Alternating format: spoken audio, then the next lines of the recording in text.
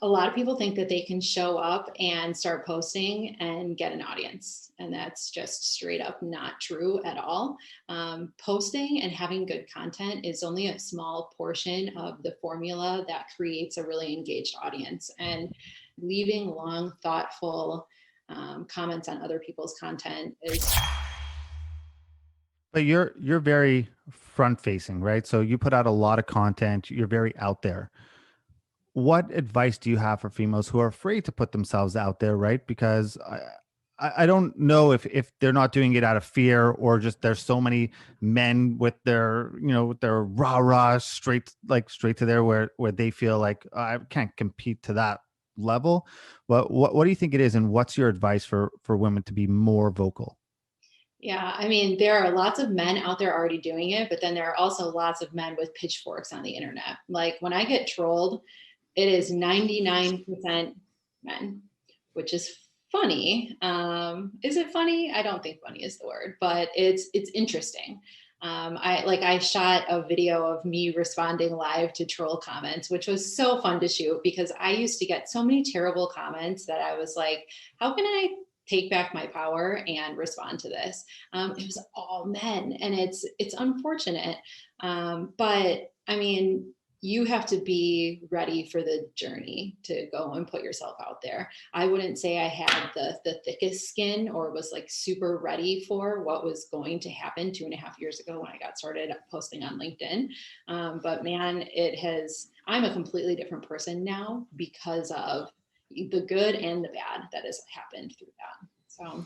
So now throw into the mix, you're a mom. So my question isn't how do you handle or balance that? Because in all honesty, I wouldn't ask a dad that question, and I'm a dad. I would never ask a dad that same question. So even though I'm a dad of two and it's tough, but more, how has that changed you when it comes to business?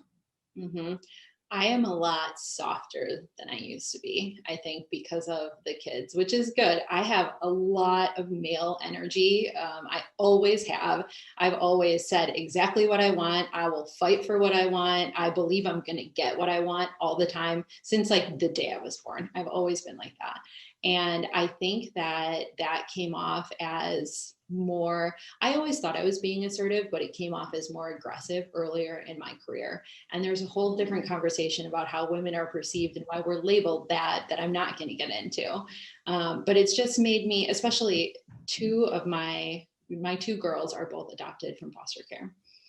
And going through that process has allowed me to really see what it's like to stand in other people's shoes, understand how people get into these situations and the lives that they lived and the way that their parents were or their bio parents were raised. It's just given me this level of compassion that I never had before. Now I get to like put that hat on whenever there's something going on with a team member who's not showing up or, whatever it may be. And it's not like, you have to show up every day and perform. It's like, hey, there's something going on. Can we help you with something? Because that's really what people need. So it's been good. It's definitely made me a different person. I definitely became softer. Yeah. Yeah, for sure. So I completely relate. What about when it comes to, productivity, right? So I think that's something I would love to hear, how you stay so productive, and your tips to increase productivity, because it's something I think every entrepreneur battles with. I have always been a productivity nerd. Even when I started this business, I tried doing some like alternate sleep cycles were popular at that time, where people were trying to like sleep at different times or see if you could reduce the amount of sleep you get by doing XYZ. I tested a few of them and blogged about it, and it was terrible. But I've always been into like not only hacking your time, but hacking your mind and body to figure out how you can show up the best every day. So the thing that's led, actually, this Whoop tracker has led to a lot more productivity for me. Because, yep. See, I sometimes I take mine off for stuff like this, and then I'm like, but then it's not going to track my hour talking on the So podcast. I moved from the Whoop to the Aura Ring, because Okay. I just wanted to see sleep. But now, like, yeah, I can't sleep with my wedding ring, and I can't sleep with the Aura Ring anymore. So now it's like all a mess. So yeah. It took me a while to get used to sleeping with this thing on, Yeah. but man, the things it tells you about your performance, about how much sleep you're getting. Like previously, I was putting myself in bed for about 7 hours a night, and that meant I was getting about 6 to 6.5 hours of sleep. Like it's maybe common sense, but I didn't understand that I was up that much. Now that I'm getting more sleep, I'm showing up better, I'm performing better. I also have, during COVID especially, completely redone the way that I manage my day. Have you heard of Andy Frisella's Power List? I've come across it. Okay. I know his power is 75 or 7 or whatever that one is, that for that workout. That's insane. I did that You last year. did it? Oh man, I watch people who post on like day 2, I would be posting it, and then day 3 you would never hear from me again. Yeah, I didn't post a ton while I was doing it because well, one, I didn't want to like annoy people with like everyday workout posts or whatever. But I was worried that I wasn't going to be able to follow all the way through with it, but I stuck out the full 75 days, Amazing. which I feel like it was only possible because I was sitting in a pandemic, sitting at home. I had more time. And frankly, like we were having wine every night at the beginning of the pandemic. And I was like, this needs to stop and I need to change these habits. So 75 hard is awesome. But the same guy that developed that has something that he calls a power list. It's a very simple concept where you put only 5 things on your to-do list every day. And so for me, that includes my morning journaling and planning. It includes my workout, and it includes only 3 things that I'm doing that day for work. Because we all sit in meetings half the day, we have to clear out our emails, do other things like that. We don't have time to do a ton of things. And it forces you to prioritize what is the most important thing I really need to do today. I'm not sitting on tasks that are going to take a long time. And you actually get to complete your list at the end of every day.